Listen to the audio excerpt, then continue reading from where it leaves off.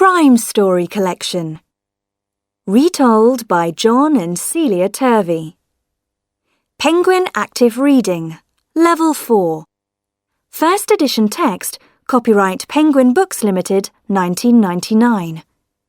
Recording copyright Pearson Education Limited, 2007. Not to be publicly performed, resold, hired, copied or re-recorded without written permission from the publishers. CD 1. Story 1. 3 is a Lucky Number by Marjorie Allingham. This was the difficult bit. The discovery of the body must be made, but not too soon. At 5 o'clock on a September afternoon, Ronald Torbay was making preparations for his third murder. He was being very careful. He realized that murdering people becomes more dangerous if you do it often. He was in the bathroom of the house that he had recently rented. For a moment, he paused to look in the mirror. The face that looked back at him was thin, middle-aged, and pale. Dark hair, a high forehead, and well-shaped blue eyes. Only the mouth was unusual, narrow, and quite straight. Even Ronald Torbay did not like his own mouth. A sound in the kitchen below worried him. Was Edith coming up to have her bath before he had prepared it for her? No, it was all right. She was going out of the back door. From the window, he saw her disappearing round the side of the house into the small square garden. It was exactly like all the other gardens in the long street. He didn't like her to be alone there. She was a shy person, but now new people had moved into the house next door, and there was a danger of some silly woman making friends with her. He didn't want that just now. Each of his 3 marriages had followed the same pattern. Using a false name, he had gone on holiday to a place where no one knew him. There, he had found a middle-aged, unattractive woman with some money of her own and no family. He had talked her into marrying him, and she had then agreed to make a will which left him all her money. Both his other wives had been shy too. He was very careful to choose the right type of woman, someone who would not make friends quickly in a new place. Mary, the first of them, had had her deadly accident almost unnoticed in the bathroom of the house he had rented, a house very like this one, but in the north of England instead of the south. The police had not found anything wrong. The only person who was interested was a young reporter on the local newspaper. He had written something about death in the middle of happiness and had printed photographs of Mary's wedding and her funeral, which took place only 3 weeks after the wedding. Dorothy had given him a little more trouble. It was not true that she was completely alone in the world, as she had told him. Her brother had appeared at the funeral and asked difficult questions about her money. There had been a court case, but Ronald had won it, and the insurance company had paid him the money. All that was 4 years ago. Now, with a new name, a newly invented background, and a different area to work in, he felt quite safe. From the moment he saw Edith, sitting alone at a little table in the restaurant of a seaside hotel, he knew she was his next subject. He could see from her face that she was not happy, and he could also see that she was wearing a valuable ring. After dinner, he spoke to her. She did not want to talk at first, but in the end, he managed to start a conversation. After that, everything went as he expected. His methods were old-fashioned and romantic, and by the end of a week, she was in love with him. Her background was very suitable for Ronald's purpose, After teaching at a girls' school for 10 years, she had gone home to look after her sick father and had stayed with him until he died. Now, aged 43, she was alone, with a lot of money, and she didn't know what to do with herself. 5 weeks after they met, Ronald married her, in the town where they were both strangers. The same afternoon, they both made a will, leaving all their property to each other. Then they moved into the house which he had rented cheaply because the holiday season was at an end. It was the most pleasant of his marriages. He found Edith a cheerful person, and even quite sensible, except that it was stupid of her to believe that a man would fall in love with her at first sight. Ronald knew he must not make the mistake of feeling sorry for her. He began to make plans for her future, as he called it. 2 things made him do this earlier than he intended. One was the way she refused to talk about her money. She kept all her business papers locked in a desk drawer and refused to discuss them. His other worry was her unnecessary interest in his job. Ronald had told Edith that he was a partner in an engineering company, which was giving him a long period of absence. Edith accepted the story, but she asked a lot of questions and wanted to visit his office and the factory.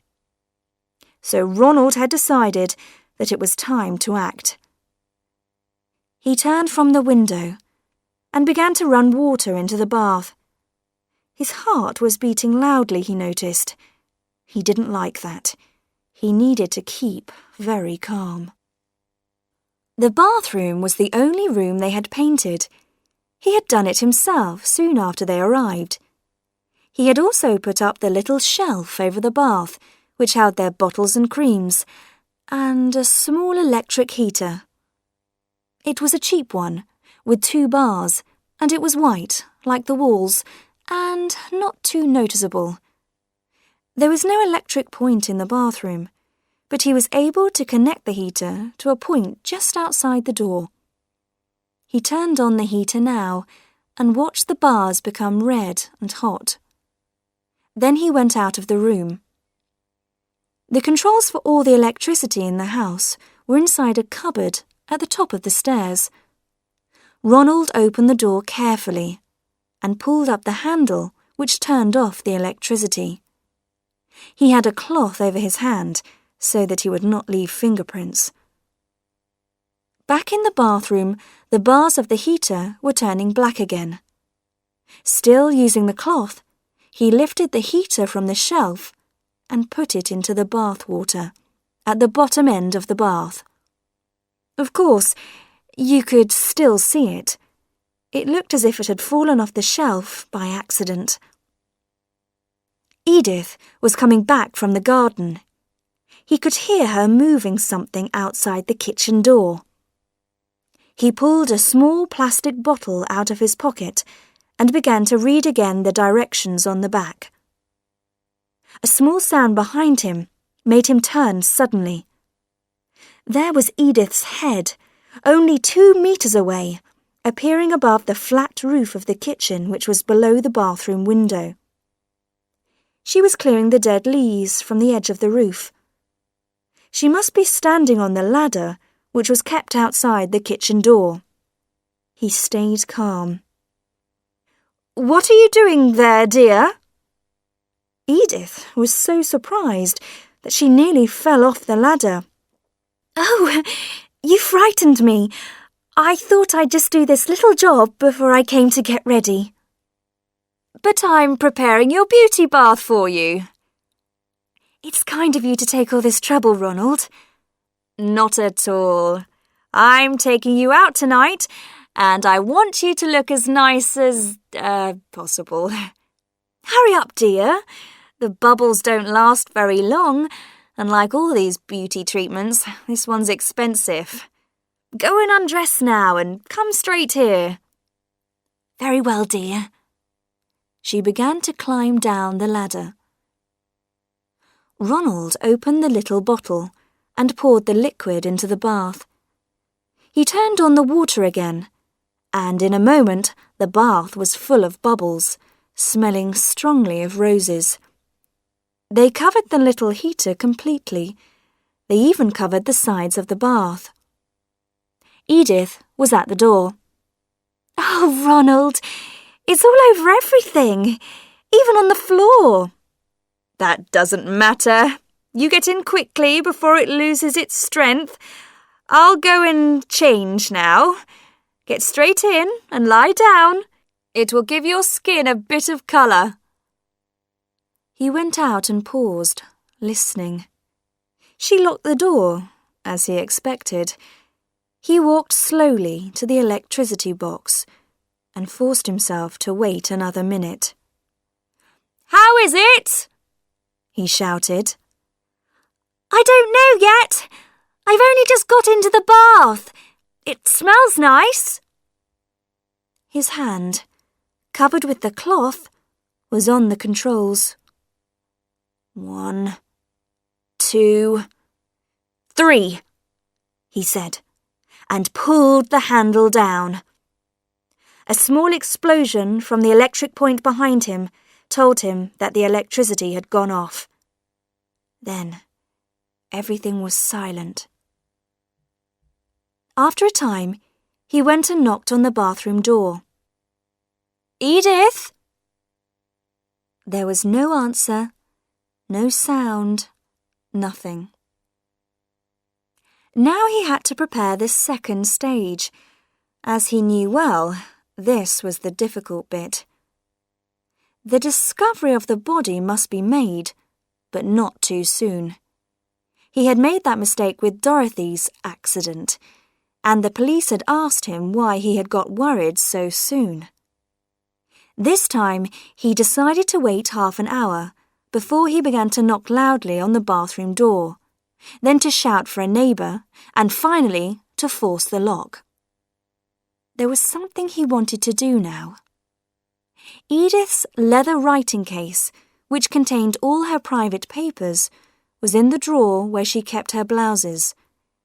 He had discovered it some time ago, but he had not forced the lock open because that would frighten her. Now there was nothing to stop him. He went softly into the bedroom and opened the drawer. The case was there. The lock was more difficult than he expected, but he finally managed to open the case. Inside, there were some financial documents, 1 or 2 thick envelopes, and on top of these, her post office savings book. He opened it with shaking fingers and began reading the figures. £17,000, £18,600, £21,940. He turned over a page, and his heart jumped wildly. On the 4th of September, she had taken almost all the money out of her savings account. Perhaps it was here, in these thick envelopes. He opened one of them. Papers, letters, documents fell on the floor. Suddenly, he saw an envelope with his own name on it, in Edith's writing. He pulled it open and saw in surprise that the date on the letter was only 2 days ago. Dear Ronald, if you ever read this, I am afraid it will be a terrible shock to you. I hoped it would not be necessary to write it, but now your behaviour has forced me to face some very unpleasant possibilities. Did you not realise, Ronald, that any middle-aged woman who has been rushed into marriage to a stranger will ask herself about her husband's reason for marrying her? At first, I thought I was in love with you. But when you asked me to make my will on our wedding day, I began to worry. And then, when you started making changes to the bathroom in this house, I decided to act quickly. So I went to the police. Have you noticed that the people who have moved into the house next door have never spoken to you? Well, they are not a husband and wife, but a police inspector and a policewoman. The policewoman showed me 2 pieces from old newspapers, both about women who had died from accidents in their baths soon after their marriages. Both pieces included a photograph of the husband at the funeral. They were not very clear, but I was able to recognize you. So, I realized that it was my duty to agree to do what the inspector asked me to do. The police have been looking for the man since the photographs were given to them by your second wife's brother. The inspector said the police needed to be sure that you were guilty. You must be given the opportunity to try the crime again. That's why I am forcing myself to be brave and to play my part. I want to tell you something, Ronald. If one day you lose me, out of the bathroom, I mean, you will find that I have gone out over the kitchen roof and am sitting in the kitchen next door. I was stupid to marry you, but not quite as stupid as you thought. Yours, Edith. Ronald's mouth was uglier than ever when he finished reading the letter. The house was still quiet. But in the silence, he heard the back door open suddenly, and heavy footsteps rushed up the stairs towards him.